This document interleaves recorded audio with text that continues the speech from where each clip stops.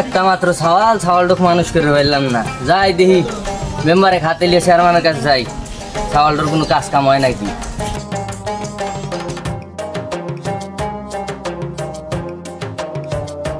Gate তো দেই খোলাই। মেম্বার, ও মেম্বার, কে আইছে? এ হনো কথা আছে একটু হনো। কি কথা? আরে হুইনে যাও, বাইরে আইসো।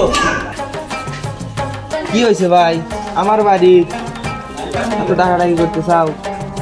আরে কো না, তোমার 22টা ক্লিয়ার পাইন না বুঝছাও। আমারও বয়স হয়ে গেছে, আর কত বসা খাওয়াবো, একটা কাম কাজ কিচ্ছু কর না।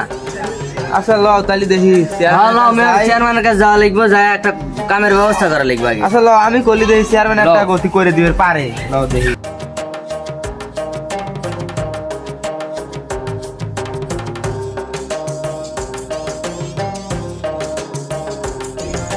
চেয়ারম্যান সাহেব, ও চেয়ারম্যান সাহেব আসেন না বাড়ি? খোলেন গেটটা, খোলেন।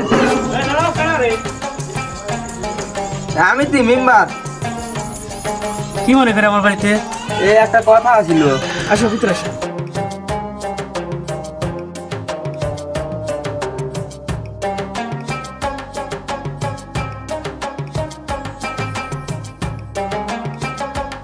একটু নিরিবিলি কথা ছিল, বাড়িতে লোকজন দেখতেছি।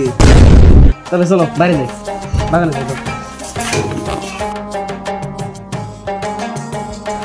চেয়ারম্যান সাহেব তাহলে ওইদিকে বসি, চলেন।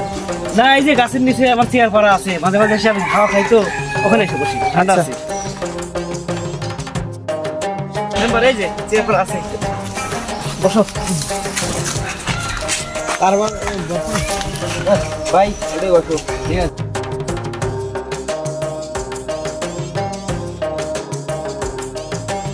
কি মনে করে তোমরা দুজন আজকে আমার বাড়িতে?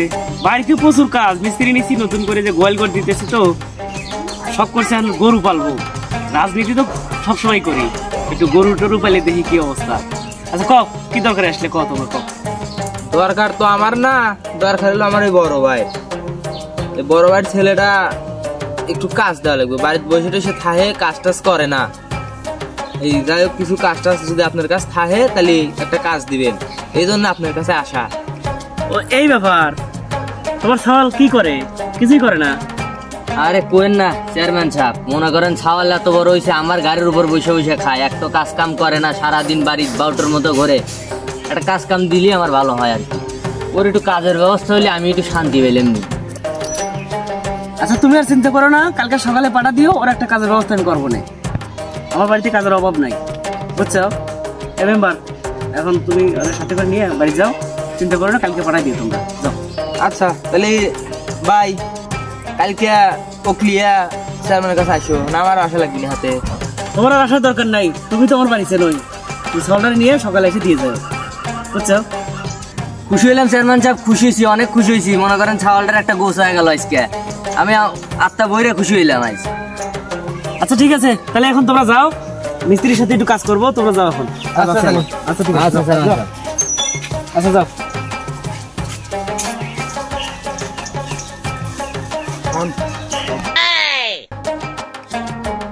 যাই বাজারটা করে নিয়ে এসি।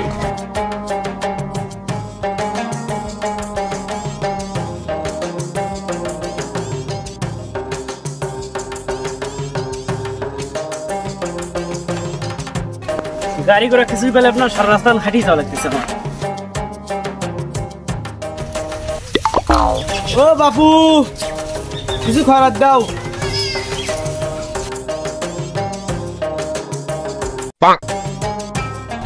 ও বাপু না না না না, কি হলো আর কি হলো? এই জন 10টা কিছু হয়। 10টা দেবো না কয়টা দেবো? আমার সামর্থ্য অনুযায়ী যা পারছি তাই দিছি। এই জামানে 10টা কিছু হয়, কেউ দেয়তে মানছি এখন। 10টা দেবো না, তাহলে 100টা দেই আমি। 100টা দেওয়া লাগবে তোমাকে আমার। এখন যা দিছি তাই রাখো, সকাল সকাল মেজাজটা খারাপ করে না, রাখো। ও বাপু এত চেত কে? আমি তোমার কাছে ঠেকা নাকি? তুমি ঠেয়া না, তাহলে আমি তো তোমার কাছে খরচ কেনা চাইছি? তুমি চাইছো না আমি চাইছি? খরচ তো তুমি দিয়ে চাইছো আমার কাছে, তাহলে ঠেয়া কেটা? খরচ কি মাংনা দাও? সব পাম না? সবের আশাই তো খরচটা দেই। আমরা যদি বিক্রি করা বাদ দেই তাহলে তোমরা সব পাইবে কোনে? তোমার কথাই তো বাবু খুব যুক্তি দেখতেছি, তোমার মাথায় তো বুদ্ধি আছে। তা বিক্রি করে খাও কে? কি হয়েছিল জীবনে তোমার? বাপু আর কইও না, আগে করতাম টিকটক, টিকটক একটা মেয়ে পটাইলাম, ওই মেয়েটাই আজ আমাকে বিকারে বানা দিছে। ও তাহলে বুঝছি তোমার জীবন কাহিনী। ধরো টেহা আরো কিছু লাও। দাও যাও যাও রেস্টুরেন্টে যাও, গরু কামের হাতে।